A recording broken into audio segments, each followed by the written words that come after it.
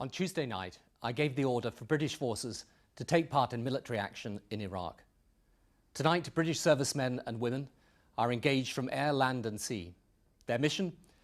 To remove Saddam Hussein from power and disarm Iraq of its weapons of mass destruction. I know this course of action has produced deep divisions of opinion in our country. But I know also the British people will now be united in sending our armed forces our thoughts and prayers. They are the finest in the world, and their families and all of Britain can have great pride in them. The threat to Britain today is not that of my father's generation. War between the big powers is unlikely, Europe is at peace, the Cold War already a memory. But this new world faces a new threat of disorder and chaos, born either of brutal states like Iraq, armed with weapons of mass destruction, or of extreme terrorist groups. Both hate our way of life, our freedom, our democracy.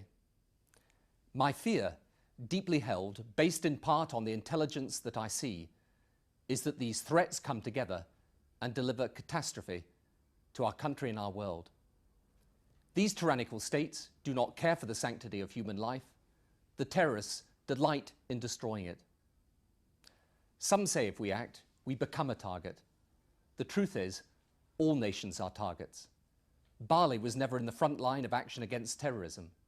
America didn't attack Al-Qaeda. They attacked America. Britain has never been a nation to hide at the back, but even if we were, it wouldn't avail us.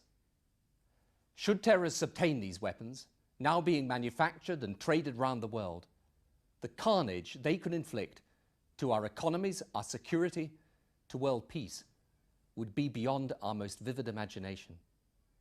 My judgment as Prime Minister is that this threat is real, growing, and of an entirely different nature to any conventional threat to our security that Britain has faced before. For 12 years, the world tried to disarm Saddam after his wars in which hundreds of thousands died.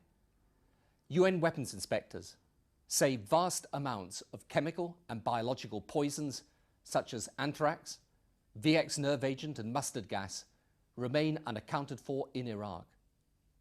So our choice is clear: back down and leave Saddam hugely strengthened, or proceed to disarm him by force. Retreat might give us a moment of respite, but years of repentance at our weakness would, I believe, follow. It is true Saddam is not the only threat, but it is true also, as we British know, that the best way to deal with future threats peacefully is to deal with present threats with resolve. Removing Saddam will be a blessing to the Iraqi people.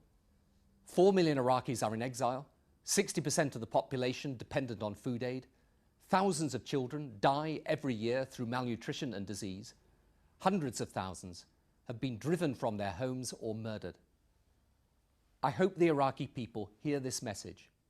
We are with you. Our enemy is not you, but your barbarous rulers. Our commitment to the post-Saddam humanitarian effort will be total. We shall help Iraq move towards democracy and put the money from Iraqi oil in a UN trust fund so that it benefits Iraq and no one else. Neither should Iraq be our only concern. President Bush and I have committed ourselves to peace in the Middle East based on a secure state of Israel and a viable Palestinian state. We will strive to see it done.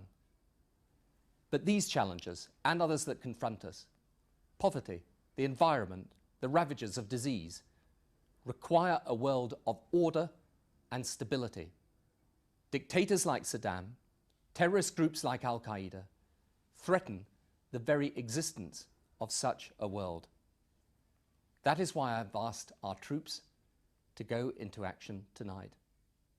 As so often before, on the courage and determination of British men and women serving our country, the fate of many nations rests. Thank you.